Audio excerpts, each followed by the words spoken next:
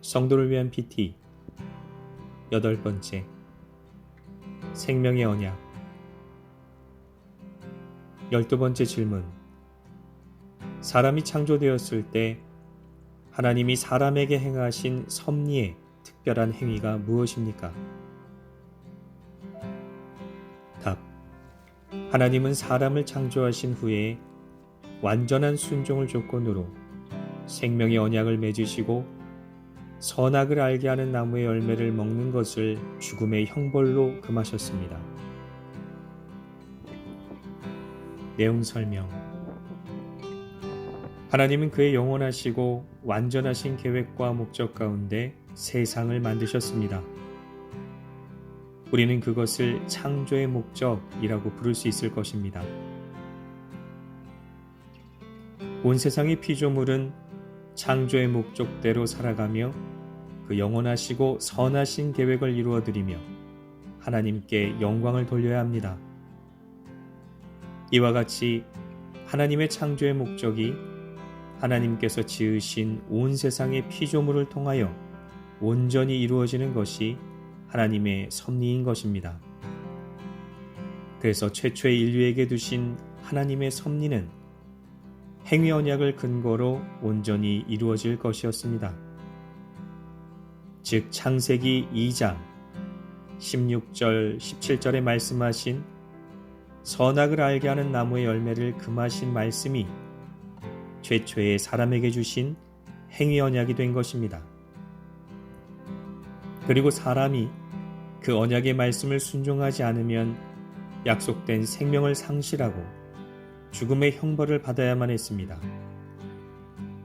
한 가지 언약의 말씀을 어긴 형벌로 죽음은 너무 가혹한 것이 아니냐고 생각할 수 있겠지만 온 세상을 말씀으로 창조하신 하나님의 말씀을 불순종한다는 것은 곧 창조의 질서를 파괴할 뿐만 아니라 하나님의 주권을 대적하는 반역이 되는 것이었습니다. 하나님과 사람은 언약의 말씀으로 묶여서 온전한 사랑의 연합을 이루며 창조의 영광을 빛내는 동역과 동행이 가능한 관계였으나 언약의 말씀을 거부한 순간 그 연합의 관계도 끊어져 사망에 이르게 된 것입니다. 하나님의 말씀으로 창조된 사람은 하나님의 말씀으로 살아가는 존재였던 것입니다. 창조주의 말씀을 떠난 피조물의 삶은 불가능한 것입니다.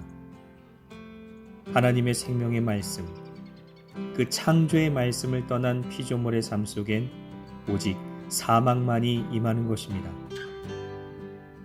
이렇게 하나님과 피조물인 사람은 말씀으로 서로 묶인 관계입니다. 사람만 하나님의 말씀에 매인 것이 아니라 하나님 역시 사람에게 주신 언약의 말씀에 스스로 매이셔서 반드시 그 말씀을 이루셔야 하는 것입니다. 말씀으로 맺어진 언약의 관계는 그러므로 일방적이지 않고 서로 공평합니다. 우리를 언약의 말씀으로 하나님께 단단히 매어 놓으실 뿐만 아니라 하나님 스스로도 그 언약의 말씀으로 우리와 단단히 매이시기 때문입니다.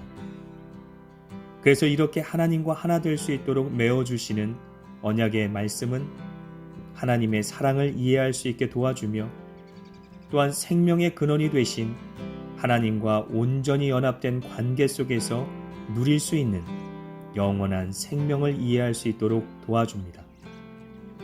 생명의 근원이 되시는 하나님을 떠나 스스로 하나님처럼 되고 싶어 했던 범죄의 결과는 결국 사망일 수밖에 없는 것입니다.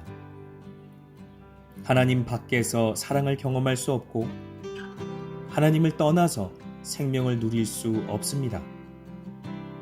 왜냐하면 하나님이 사랑이시고 하나님이 생명이시기 때문입니다. 그러므로 인류에게 주신 말씀의 언약은 무거운 짐이 아니라 인간을 생명 속에 보호하시고 사랑 가운데 품으시기 위해 우리를 꼭 메어주시는 안전벨트였던 것입니다. 묵상을 위한 질문. 하나님의 말씀을 순종하면 손해본다고 생각하면서 살지는 않으셨나요? 하나님의 말씀과 섭리는 서로 어떤 관계일까요?